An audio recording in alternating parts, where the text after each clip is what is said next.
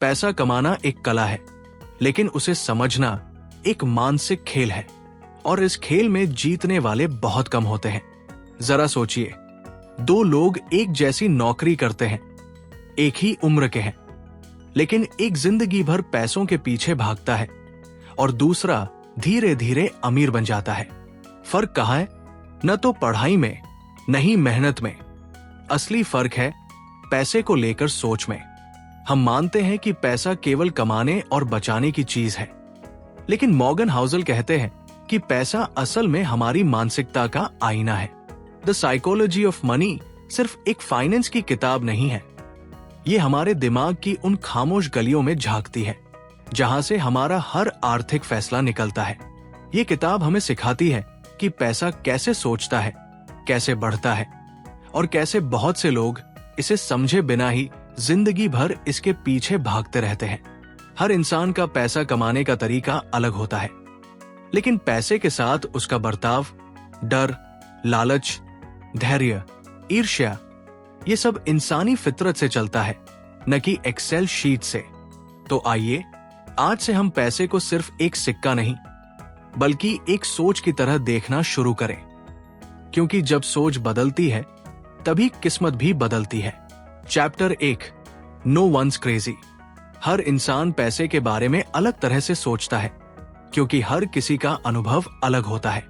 कोई गरीबी में पैदा होता है तो पैसे की अहमियत उसे बचपन से समझ में आ जाती है।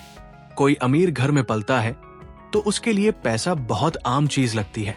यही वजह है कि जब एक इंसान बिना सोचे खर्च करता है तो दूसरा डर डर कर पैसे बचाता है। पर इसका मतलब ये नहीं कि कोई पागल है। हकीकत ये है कि हम सभी अपने अपने अनुभव के हिसाब से पैसे को देखते और समझते हैं। इसलिए दूसरों को जज करने से पहले ये सोचना चाहिए कि उन्होंने जिंदगी में क्या देखा होगा जो उनका नजरिया ऐसा बना। जैसे एक इंसान जिसने कभी शेयर मार्केट क्रैश नहीं देखा, वो ज्यादा रिस्क लेने को तैयार होता है, लेकिन जिसने सब कुछ डूबते देखा है वो बहुत संभल कर चलता है। इस चैप्टर का सबसे बड़ा सबक यही है कि पैसा एक तर्क से नहीं, अनुभव से जुड़ा मामला है, और हर अनुभव सही है, बस अलग है। Chapter 2, luck risk. पैसा कमाने में मेहनत जरूर काम करती है, लेकिन किस्मत और जोखिम का बहुत बड़ा रोल होता है। कई बार लोग बहुत मेहनत करते हैं, फिर भी जिंदगी में वो सब नहीं पा पाते जिसकी उन्हें उम्मीद होती है। वही कुछ लोग थोड़ा बहुत करते हैं और बड़ी सफलता पा लेते हैं। इसका मतलब ये नहीं कि जो सफल हुआ वो ही बेहतर था, या जो नहीं हुआ वो फेल था। इसमें किस्मत और समय की भूमिका भी होती है। जैसे बिल गेट्स के साथ हुआ, वो उस स्कूल में गया जहां कंप्यूटर की सुविधा थी, जो उस समय बहुत कम जगहों पर होती थी। ये एक किस्मत का हिस्सा था। उसी तरह बहुत से लोग होते हैं जो सब कुछ सही करते हैं, फिर भी किसी एक्सीडेंट, बीमारी या नौकरी जाने जैसी चीजों से नुकसान झेलते हैं। इसलिए जब हम अपनी या दूसरों की सफलता या असफलता को देखते हैं तो हमें समझना चाहिए कि हर कहानी में किस्मत और रिस्क दोनों शामिल होते हैं, और इसलिए विनम्र रहना और समझदारी से चलना ही सबसे बेहतर तरीका है। Chapter 3, never enough. कुछ लोगों के पास सब कुछ होता है, घर, गाड़ी, बैंक बैलेंस, फिर भी उन्हें लगता है कि थोड़ा और चाहिए, और ये थोड़ा और कभी खत्म नहीं होता। इस सोच में आदमी खुद को कभी संतुष्ट महसूस नहीं कर पाता। जैसे कोई करोड़पति भी सोचता है कि अरबपति बनना है, फिर अरबपति सोचता है कि बाकी अरबपतियों से ऊपर जाना है, और इसी दौड़ में कई लोग गलत फैसले ले लेते हैं, जैसे बेईमानी, झूठ या बहुत ज्यादा रिस्क लेना। इस चैप्टर में बताया गया है कि जरूरी नहीं कि आप हमेशा सबसे ज्यादा पाएं। जरूरी यह है कि आप कब काफी है कहना सीखें। जब आप अंदर से संतुष्ट होते हैं तब पैसा आपको कंट्रोल नहीं करता, आप पैसे को कंट्रोल करते हैं। जिंदगी का सबसे बड़ा अमीर वही होता है जिसे पता होता है कि कब रुकना है। Chapter 4, confounding compounding. ज्यादातर लोग ये समझते हैं कि अमीर बनने के लिए बहुत बड़ा रिस्क या कोई जादुई तरीका चाहिए, लेकिन असलियत यह है कि पैसा धीरे धीरे, लगातार और लंबे समय तक बढ़ता है। इसको ही कहते हैं चक्रवृद्धि यानी कंपाउंडिंग। ये ठीक वैसा है जैसे आप एक बीज लगाते हैं। वो धीरे धीरे पौधा बनता है, फिर पेड़ और फिर फल देने लगता है। अगर आप उस बीज को रोज खोद कर देखेंगे कि कितना बढ़ा, तो वो कभी पेड़ नहीं बन पाएगा। पैसे के साथ भी यही होता है। जो लोग सब्र के साथ अपना पैसा सही जगह लगाए रखते हैं, वही असल में अमीर बनते हैं। वॉरेन बफे की कहानी इसका सबसे बड़ा उदाहरण है। उन्होंने बहुत छोटी उम्र से निवेश शुरू किया और 80 की उम्र तक उसका जादू दिखा। असली खेल ये नहीं है कि आप कितनी ज्यादा रिटर्न पा रहे हैं। असली कमाल ये है कि आप कितने लंबे समय तक टिके रहते हैं। इसलिए पैसा कमाने से ज्यादा जरूरी है वक्त देना और धैर्य रखना। Chapter 5, getting wealthy versus staying wealthy. अमीर बनना और अमीर बने रहना दोनों में फर्क है। अमीर बनना एक तरह की कला है, लेकिन अमीर बने रहना उससे भी ज्यादा मुश्किल और गहरी समझ का काम है। बहुत सारे लोग मेहनत करके पैसे कमा लेते हैं, लेकिन उन्हें बचाकर सुरक्षित रखकर आगे तक ले जाना हर किसी के बस की बात नहीं होती। ये चैप्टर हमें यही फर्क समझाता है। जब लोग पैसा कमाने की दौड़ में होते हैं तो उनमें साहस होता है, रिस्क लेने की हिम्मत होती है और एक तरह की आक्रामकता होती है। लेकिन जब उनके पास पैसा आ जाता है, तब वही आक्रामकता अगर कंट्रोल न हो तो नुकसान में बदल जाती है। अमीर बने रहना मतलब सावधानी, विनम्रता और डर को साथ लेकर चलना, क्योंकि पैसे को बचाना और संभालना मतलब उस समय खुद को रोकना जब सब लोग दौड़ रहे होते हैं।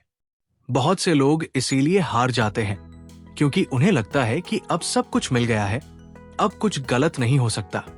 लेकिन मॉर्गन हाउसल कहते हैं कि जो सबसे जरूरी 3 गुण हैं किसी भी इंसान में अमीर बने रहने के लिए, वो है विनम्रता, संदेह और खुद पर कंट्रोल। उदाहरण के लिए सोचिए किसी ने स्टॉक मार्केट में 1 करोड़ रुपए कमाए।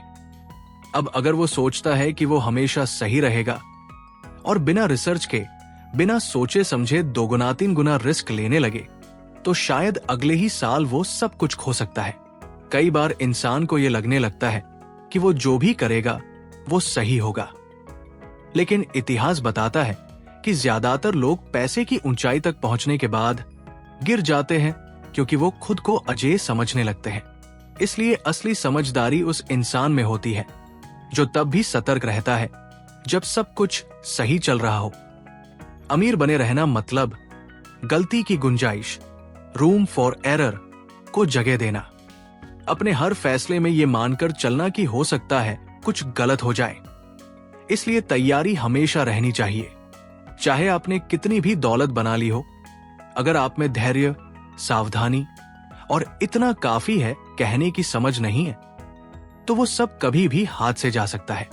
इसलिए सिर्फ पैसे कमाने की सोच मत रखिए, उसे संभालने, बचाने और लंबे वक्त तक टिकाए रखने की आदत भी विकसित कीजिए, क्योंकि असली जीत उसी की होती है जो आखिर तक टिकता है। Chapter 6, tells you win. छोटी छोटी हारों के बीच छुपी बड़ी जीतें। ज्यादातर लोग ये मानते हैं कि सफल होने के लिए हर बार जीतना जरूरी है, लेकिन असल दुनिया में ऐसा नहीं होता। इस चैप्टर में मॉर्गन हाउसल हमें समझाते हैं कि सफलता कई बार बहुत सारी असफलताओं के बीच छुपी होती है और उसमें सबसे जरूरी रोल होता है टेल्स का, यानी आखिरी में होने वाली बड़ी जीत का। सोचिए, अगर आपने 100 बार कोशिश की, उसमें 90 बार नाकामी मिली, लेकिन 10 बार जो जीत मिली उसने आपकी सारी जिंदगी बदल दी, तो क्या वो 90 हारें बुरी थी? नहीं। दरअसल जिंदगी और इन्वेस्टमेंट दोनों में जीत हमेशा बराबर नहीं होती। कुछ जीतें बाकियों से कई गुना बड़ी होती है। वॉरेन बफेट की सफलता का सबसे बड़ा कारण यही है। उन्होंने हजारों निवेश किए, लेकिन उनमें से कुछ गिने चुने निवेश ही उनकी कुल दौलत का बड़ा हिस्सा बने। इसका मतलब ये नहीं कि बाकी फैसले गलत थे, बस ये कि कुछ चीजें डिस्प्रोपोर्शनेट होती हैं, उनका असर बाकी सब पर भारी पड़ता है। इसलिए जब हम किसी चीज में लगातार छोटे छोटे नुकसान देखते हैं, तो हमें हिम्मत नहीं हारनी चाहिए। हो सकता है अगला ही फैसला आपकी लाइफ की सबसे बड़ी टेल साबित हो। जरूरी यह है कि आप गेम में बने रहें, क्योंकि जब आप मैदान छोड़ देंगे तो जीत का मौका भी चला जाएगा। चैप्टर 7, फ्रीडम, असली अमीरी है अपनी मर्जी से जीने की आजादी। ये चैप्टर सबसे गहरी बात करता है कि पैसा अपने आप में कोई लक्ष्य नहीं होना चाहिए। असली लक्ष्य है आजादी, वो आजादी जिसमें आप अपनी मर्जी से उठ सकें, काम कर सकें और अपनी शर्तों पर जिंदगी जी सकें। यही असली अमीरी है। बहुत से लोग करोड़ों कमा लेते हैं, लेकिन फिर भी हर सुबह अलार्म बजने पर मजबूरी में उठते हैं, बॉस की डांट झेलते हैं और छुट्टी के लिए तरसते हैं। क्या इसे अमीरी कहा जा सकता है? नहीं। मॉर्गन हाउसल कहते हैं कि अगर पैसा आपको अपनी जिंदगी पर कंट्रोल नहीं दे पा रहा, तो वो पैसा बस एक बोझ है। आज का सबसे बड़ा स्टेटस सिंबल है, मैं अपनी मर्जी से जीता हूं। अगर आप ये कह सकते हैं कि मुझे ये काम पसंद है, या आज मैं थोड़ा आराम कर लूंगा, या मुझे अब दूसरों की नकल नहीं करनी, तो आप वाकई में अमीर हैं। और ये आजादी सिर्फ बहुत ज्यादा पैसे से नहीं आती, बल्कि कम में खुश रहने की कला से आती है। जितनी आपकी जरूरतें कम होंगी, उतना जल्दी आप फाइनेंशियल फ्रीडम पा सकते हैं। इसलिए अगली बार जब आप पैसा कमाने का सपना देखें, तो सोचिए आप उससे क्या खरीदना चाहते हैं? गाड़ी, बंगला, या सिर्फ वो आजादी जो कहती है अब मैं अपनी शर्तों पर जी रहा हूं। Chapter 8, man in the car paradox, जिससे आप जलते हैं वो खुद आपको देख भी नहीं रहा। ये चैप्टर एक बहुत गहरा सच सामने लाता है। जब हम किसी अमीर इंसान को महंगी कार में देखते हैं, तो हमें लगता है क्या लाइफ है इसकी। लेकिन सच ये है कि उस इंसान को देखकर हम उसकी तारीफ नहीं कर रहे होते, हम उसकी चीजों के जरिए खुद को वहां सोच रहे होते हैं। मॉर्गन हाउसल इसे man in the car paradox कहते हैं। जब हम किसी की कार देखकर जलते हैं, तो हकीकत में हम उस इंसान को एडमायर नहीं करते, बल्कि खुद को उसकी जगह सोचकर ख्वाब देख रहे होते हैं। सबसे मजेदार बात यह है कि वो इंसान जिससे हम प्रभावित होते हैं, शायद हमें देख भी नहीं रहा होता। वो तो बस अपनी जिंदगी जी रहा है, और हम उस दिखावे के पीछे भागते भागते अपनी संतुष्टि खो बैठते हैं। असल में जब हम चीजों से इंप्रेस होने की कोशिश करते हैं, तो हम लोगों का ध्यान पाने की चाह में जी रहे होते हैं। लेकिन बहुत बार वो ध्यान हमें मिलता ही नहीं, क्योंकि लोग अपने आप में ही खोए होते हैं। तो क्या इसका मतलब यह है कि अच्छा पहनना, अच्छा दिखना या लग्जरी चीजें रखना गलत है? नहीं। लेकिन अगर हम ये सब सिर्फ दूसरों को दिखाने के लिए कर रहे हैं, तो हम खुद को धोखा दे रहे हैं। असल संतुष्टि तब आती है जब आप चीजें अपने लिए करते हैं, न कि दूसरों की वाहवाही पाने के लिए। Chapter 9, wealth is what you don't see, असल दौलत वो है जो दिखाई नहीं देती। जब भी हम किसी को महंगी कार, बड़ी कोठी या ब्रांडेड कपड़ों में देखते हैं, तो हमें लगता है ये इंसान बहुत अमीर है। लेकिन मॉर्गन हाउसल कहते हैं कि जो आप देख सकते हैं वो दौलत नहीं, खर्च है। असली दौलत वो है जो आपने खर्च नहीं की, जो बची है, जो छुपी है, जो आपके बैंक में चुपचाप पड़ी है। इस दुनिया में सबसे बड़ा भ्रम यही है, हम दिखावे को दौलत मान लेते हैं। लेकिन सच्चाई यह है कि जितना ज्यादा कोई दिखा रहा है, हो सकता है उतना ही कम वो बचा रहा हो। कोई आदमी 50 लाख की गाड़ी चला रहा है, लेकिन उसके पास बैंक बैलेंस 0 हो सकता है। वही कोई चुपचाप पुरानी कार चला रहा है, लेकिन उसके पास करोड़ों की सेविंग्स हो सकती है, लेकिन वो दिखाई नहीं देती। असल दौलत हमेशा छिपी होती है, वो जो आपको सुरक्षा देती है, जो आपको विकल्प देती है, जो आपको मजबूरी से बचाती है। दिखावा एक पल की खुशी देता है, लेकिन छुपी दौलत आपको जिंदगी भर की आजादी देती है। इसलिए जब अगली बार आप किसी को देखकर जले, तो सोचिए, क्या आप सच में उनकी जिंदगी चाहते हैं या बस उनका बाहरी दिखावा? शायद वो भी सिर्फ दिखाने के लिए जी रहा है और अंदर से खाली है। चैप्टर 10, सेव मनी, पैसे बचाना अमीरी की असली कुंजी। ज्यादातर लोग पैसे कमाने की चिंता करते हैं, नौकरी, बिजनेस, इन्वेस्टमेंट, लेकिन बहुत कम लोग होते हैं जो पैसे बचाने की कला सीखते हैं। मॉर्गन हाउसल कहते हैं कि आप जितना कमाते हैं उससे ज्यादा जरूरी है आप कितना बचाते हैं। सेविंग एक आदत है, और वो भी ऐसी जो आपको किसी भी मुश्किल वक्त में संभाल सकती है।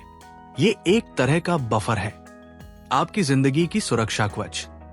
सोचिए, अगर आपकी नौकरी चली जाए, अचानक कोई मेडिकल खर्च आ जाए या कोई बड़ा मौका सामने आ जाए, उस वक्त काम आता है सेव किया हुआ पैसा, ना कि सिर्फ कमाया हुआ पैसा। बचत करने के लिए अमीर होना जरूरी नहीं है, आपको बस अपनी जरूरतों को सीमित करना और लालच पर काबू रखना सीखना होता है। बहुत बार लोग सोचते हैं पहले मैं ज्यादा कमाऊंगा फिर बचाऊंगा, लेकिन ऐसा वक्त कभी आता ही नहीं, क्योंकि जरूरतें और इच्छाएं हमेशा बढ़ती जाती है। असल में बचत आपकी कमाई का नहीं, आपकी मानसिकता का मामला है। सेविंग का सबसे बड़ा फायदा यह है कि वो आपको पैसों पर निर्भरता से आजादी देती है। जब आपके पास सेविंग होती है तो आपको हर बात में डर नहीं लगता। आप नफे नुकसान से ऊपर उठकर सोच समझकर फैसले ले पाते हैं। इसलिए अमीर बनने के लिए सबसे पहला कदम यही है, कमाई से पहले बचत की सोच रखो। Chapter 11, reasonable rational. तर्क संगत से ज्यादा जरूरी है व्यवहारिक होना। ज्यादातर फाइनेंशियल सलाहों में कहा जाता है कि आपको हमेशा रैशनल यानी पूरी तरह तर्क संगत बनना चाहिए, लेकिन मॉर्गन हाउसल बताते हैं कि असल जिंदगी में ऐसा होना न तो आसान है न जरूरी, क्योंकि हम इंसान हैं, कंप्यूटर नहीं। हमारे फैसले सिर्फ डेटा पर नहीं चलते, वो चलते हैं हमारे डर, हमारे सपनों, हमारे रिश्तों और हमारी परिस्थितियों पर। इसलिए कई बार जब कोई कहता है कि ये निवेश मत करो, ये लॉजिकली गलत है, तो हो सकता है वो फैसला आपके लिए भावनात्मक रूप से सही हो। उदाहरण के लिए, कोई इंसान एफडी में पैसा रखता है जहां ब्याज बहुत कम है। लोग कहते हैं ये बेवकूफी है, लेकिन उस इंसान को इससे सुकून मिलता है, सुरक्षा का एहसास होता है। तो क्या वो गलत है? नहीं, वो तर्क संगत भले न हो, लेकिन वो व्यवहारिक जरूर है। जिंदगी का हर फैसला एक्सेल शीट से नहीं निकाला जाता। असल समझदारी है ऐसा रास्ता चुनना जो आपकी जिंदगी के साथ मेल खाए, जो आपको मानसिक शांति दे। इसलिए जब पैसा कमाने, खर्च करने या निवेश की बात आए, तो अपने दिल से पूछिए, क्या ये मेरे लिए सही है? क्योंकि कभी कभी थोड़ी सी भावनात्मक सोच आपको लंबे समय तक टिकने में मदद करती है। Chapter 12, surprise. जिंदगी की सबसे बड़ी सच्चाई है हैरानी। कोई भी भविष्य नहीं जानता। हम जितना भी प्लान कर ले, डेटा निकाल ले, एक्सपर्ट्स की सुन ले, फिर भी जिंदगी अक्सर हमें चौंका देती है। यही इस चैप्टर की बात है। मॉर्गन हाउसल कहते हैं कि बहुत से लोग भविष्य का अनुमान लगाकर इन्वेस्ट करते हैं, फैसले लेते हैं, लेकिन भूल जाते हैं कि सबसे बड़ा फैक्टर होता है अनिश्चितता। इतिहास हमें रास्ता जरूर दिखाता है, लेकिन वो पूरी तरह दोहराया नहीं जाता, क्योंकि हर बार कुछ ऐसा होता है जो पहले कभी नहीं हुआ होता। जैसे 2008 की आर्थिक मंदी, 2020 की महामारी किसी ने नहीं सोचा था, लेकिन जब वो आई तो सबकी योजनाएं बदल गई। इसलिए अगर हम ये मानकर चलते हैं कि सब कुछ हमारी समझ और योजना के मुताबिक होगा, तो हम खुद को धोखा दे रहे हैं। समझदार वो है जो हैरानी की गुंजाइश रखता है, जो ये मानता है कि कुछ चीजें मेरी सोच से बाहर हो सकती है। जब आप ये स्वीकार कर लेते हैं कि जिंदगी हर मोड़ पर आपको चौंका सकती है, तब आप अपने फैसलों में नरमी, लचीलापन और सुरक्षा रखते हैं, और यही आपको नुकसान से बचाता है। Chapter 13, room for error. हर फैसले में थोड़ी गलती की गुंजाइश रखिए। कई बार लोग सोचते हैं कि अगर उन्होंने बहुत सही प्लानिंग कर ली है तो कुछ भी गलत नहीं होगा, लेकिन मॉर्गन हाउसल कहते हैं कि दुनिया परफेक्ट प्लानिंग से नहीं चलती, वो चलती है गलती की गुंजाइश के साथ। रूम फॉर एरर का मतलब है कि आप अपने हर प्लान में थोड़ा स्पेस रखें। कुछ उल्टा हो जाए, कुछ उम्मीद से अलग हो जाए, तो भी आप टिके रहें। उदाहरण के लिए, अगर आप सोचते हैं कि आपके रिटायरमेंट के लिए 50 लाख रुपए काफी होंगे, तो शायद आपको 70 लाख की तैयारी करनी चाहिए। क्योंकि कोई मेडिकल इमरजेंसी आ सकती है, कोई मंदी आ सकती है, कोई पारिवारिक जरूरत अचानक सामने आ सकती है। ये प्लानिंग का डर नहीं है, ये स्मार्ट प्लानिंग है। ये आपको उस समय टूटने से बचाती है जब कुछ भी आपकी पकड़ से बाहर चला जाए। इस चैप्टर का असली सबक यह है, आप चाहे जितने भी बड़े और मजबूत दिखते हो, अगर आपके फैसलों में थोड़ी सी लचक, थोड़ी सी सुरक्षा, थोड़ी सी बचत नहीं है, तो एक छोटा सा झटका भी सब कुछ गिरा सकता है। इसलिए जो लोग लंबे समय तक टिकते हैं, वो सबसे चतुर नहीं होते, वो सबसे सावधान होते हैं। वो जानते हैं कि प्लानिंग के साथ थोड़ा स्पेस रखना ही असल में समझदारी है। चैप्टर 14, यूल चेंज, आप बदलेंगे। और यही सबसे बड़ा सच है।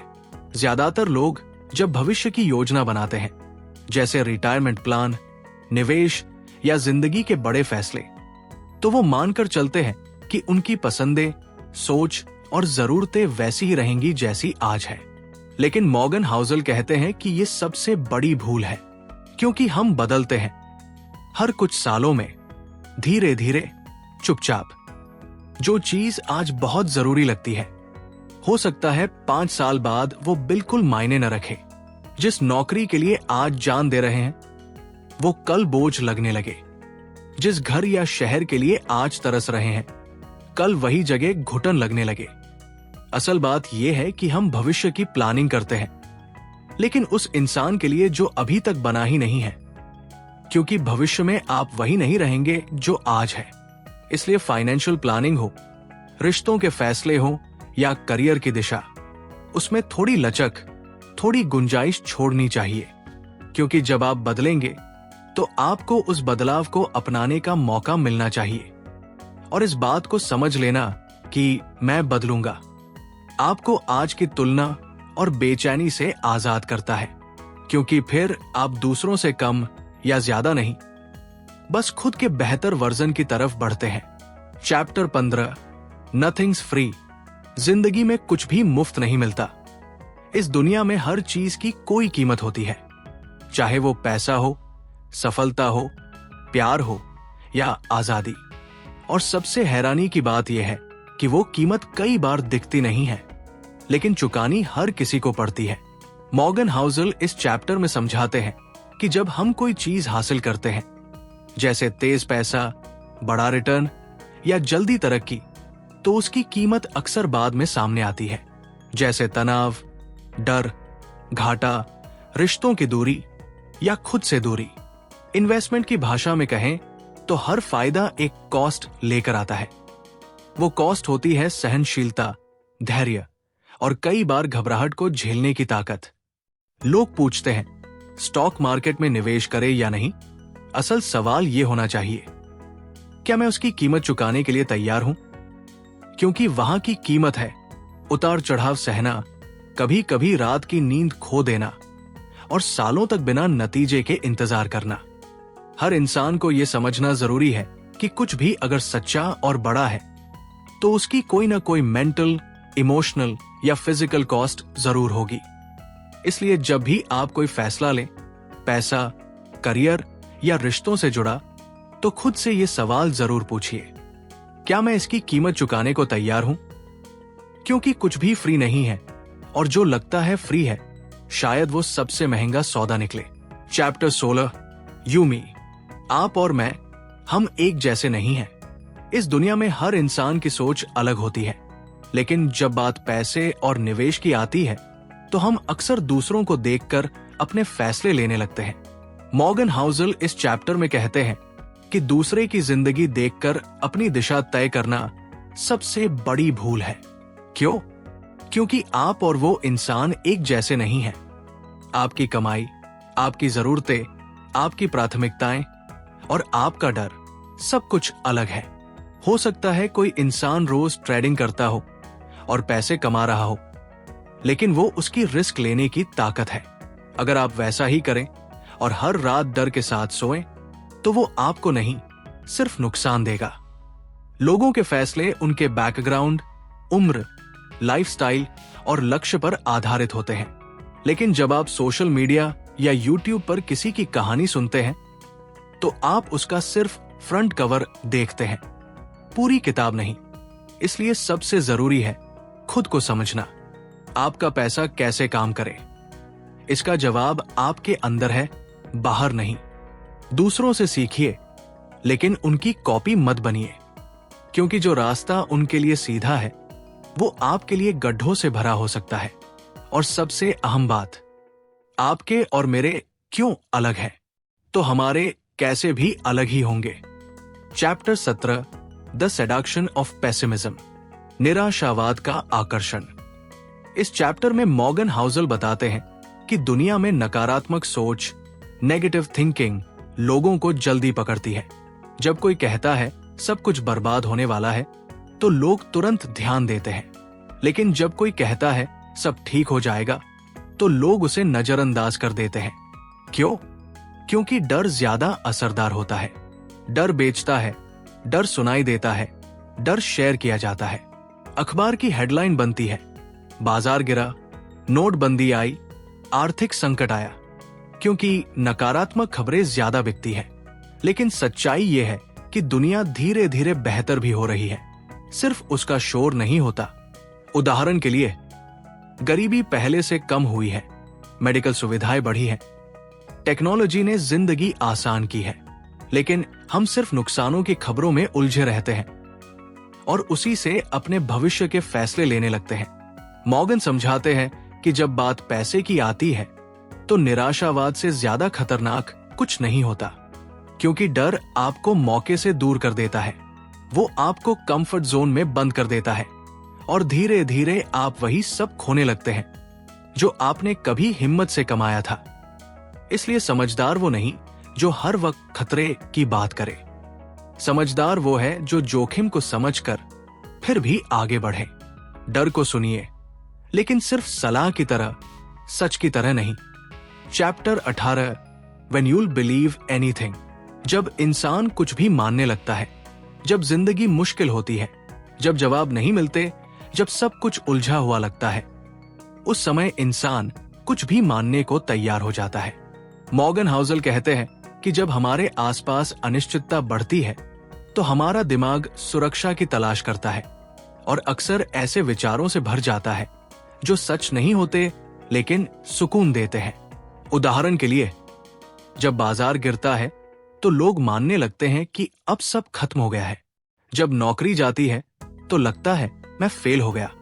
जब दूसरों की तरक्की दिखती है तो दिल कहता है मेरे साथ तो कुछ अच्छा हो ही नहीं सकता। ऐसे समय में इंसान इमोशनल लॉजिक से काम लेने लगता है, न कि प्रैक्टिकल लॉजिक से। वो उन बातों को पकड़ने लगता है जो उसे दर्द से थोड़ी राहत दे, चाहे वो बातें पूरी तरह सच न हो। मॉर्गन समझाते हैं कि ऐसे दौर में हमारा मस्तिष्क हमें सच्चाई की जगह तसल्ली देना चाहता है और तभी हम किसी भी कहानी, अफवाह या उम्मीद को सच मान लेते हैं, क्योंकि हमें उसकी जरूरत होती है। लेकिन समझदारी ये है कि हम खुद को संभालें, वक्त को समझें और हर बात को बिना परखे सच न माने। हर गिरावट स्थायी नहीं होती, हर परेशानी का कोई न कोई हल जरूर होता है। हमें अपने अंदर इतना संतुलन बनाना होगा कि जब हालात बिगड़े तब भी हम सोचने की शक्ति न खोए, क्योंकि जिस दिन इंसान सोचने की जगह सिर्फ मानने लगे, उस दिन वो अपना कंट्रोल खो देता है। Chapter 19, all together now. अब सब कुछ एक साथ, एक सीधी लेकिन गहरी सीख। अब तक की सारी बातों को एक धागे में पिरोने का समय है। मॉर्गन हाउसल इस चैप्टर में उन सबको को एक साथ लाकर हमें एक सीधी बात सिखाते हैं। पैसा समझ से चलता है, न कि केवल नॉलेज से। आप दुनिया के सबसे तेज दिमाग वाले इंसान हो सकते हैं, लेकिन अगर आपके अंदर धैर्य नहीं है, लालच पर काबू नहीं है और दूसरों से तुलना करने की आदत है, तो आप कभी भी स्थायी दौलत नहीं बना पाएंगे। इस पूरी किताब में बार बार जो बात उभरती है वो यही है कि पैसा एक मानसिक खेल है और इस खेल में जीतने के लिए आपको चाहिए खुद की सीमाएं समझना, दूसरों की नकल न करना, काफी है कहना सीखना, दिखावे से दूर रहना और सबसे बड़ी बात, लंबे समय तक टिके रहना। हर वो इंसान जो आज असली अमीर है, उसने कोई शॉर्टकट नहीं लिया, बल्कि सालों तक चुपचाप मेहनत और इंतजार किया। मॉर्गन कहते हैं कि फाइनेंशियल सफलता कोई एक ट्रिक या जादू नहीं है, वो रोजमर्रा की उन छोटी छोटी समझदारी भरी आदतों का नतीजा है, जो धीरे धीरे मिलकर आपको उस जगह तक ले जाती है जहां आप हमेशा पहुंचना चाहते थे। तो अब सवाल ये नहीं कि आप कितना जानते हैं, सवाल ये है, क्या आप उस ज्ञान को निभा पा रहे हैं? चैप्टर 20, कॉन्फेशंस। मॉर्गन हाउसल इस आखिरी चैप्टर में खुद से जुड़े कुछ सच स्वीकार करते हैं।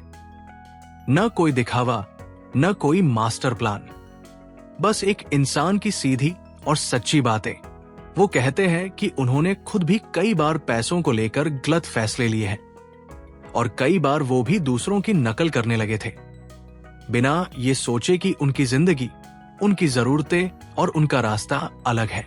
उन्होंने ये भी माना कि उनकी फाइनेंशियल स्ट्रेटजी ज्यादा से ज्यादा कमाना नहीं है, बल्कि ज्यादा से ज्यादा शांति से जीना है। उनके लिए पैसा ताकत या दिखावा नहीं है, पैसा एक सुरक्षा कवच है जिससे वो अपने परिवार के साथ जिंदगी अपने तरीके से जी सकें, बिना डर और दबाव के। मॉर्गन स्वीकार करते हैं कि वो भविष्य नहीं देख सकते, वो हर बार सही फैसला नहीं लेते और वो किसी फाइनेंशियल गुरु से बेहतर नहीं है, लेकिन फिर भी उन्होंने एक चीज हमेशा अपनाई, साधारण नियम जो लंबे समय तक चल सके। इस चैप्टर की सबसे बड़ी सीख यही है, पैसे को लेकर ईमानदारी ज्यादा मायने रखती है बनिस्बत चालाकी के। आपको हर समय जीतना नहीं है, आपको बस टिके रहना है, शांत रहना है और खुद को दूसरों से कम ना आंकना है। मॉर्गन का ये कबूलनामा हर उस इंसान के लिए है जो खुद से लड़ रहा है, जो हर दिन सोचता है कि मैं क्यों नहीं समझ पा रहा पैसा। तो जवाब है, आप अकेले नहीं हैं, हम सब उसी सफर पर हैं। पैसा हमारे जीवन का सबसे बड़ा हिस्सा बन चुका है, लेकिन हम में से ज्यादातर लोग इसे समझे बिना ही जीते चले जाते हैं। द साइकोलॉजी ऑफ मनी एक किताब नहीं, बल्कि आईना है जो हमें खुद को, अपनी सोच को और अपने डर को साफ साफ दिखाता है। इस किताब ने हमें सिखाया कि पैसा कमाना और पैसा बचाना दोनों में फर्क है। असली अमीरी दिखावे में नहीं, आजादी में है। और सबसे बड़ी दौलत वो होती है जो आपकी सोच को शांत करती है। अगर आपने ये ऑडियो बुक यहां तक सुनी है तो यकीन मानिए आप उस 1% इंसानों में से हैं जो पैसे के पीछे नहीं, पैसे की समझ के पीछे भागते हैं। और यही समझ आपको बाकियों से अलग बनाती है। इस ज्ञान को अपने तक मत रखिए, इसे अपने दोस्तों, परिवार और बच्चों के साथ बांटिए, क्योंकि पैसा सब कमाते हैं, पर बहुत कम लोग होते हैं जो उसे संभालना और समझना जानते हैं। अगर आपको ये ऑडियो बुक पसंद आई तो बुक टू वेल्थ चैनल को सब्सक्राइब जरूर कीजिए, बेल आइकन दबाइए ताकि अगली किताब सीधे आपके दिल तक पहुंचे। आपका साथ ही हमारा हौसला है। फिर मिलेंगे एक नई किताब, एक नए सफर के साथ। तब तक याद रखिए, पैसा आपके लिए है, आप पैसे के लिए नहीं।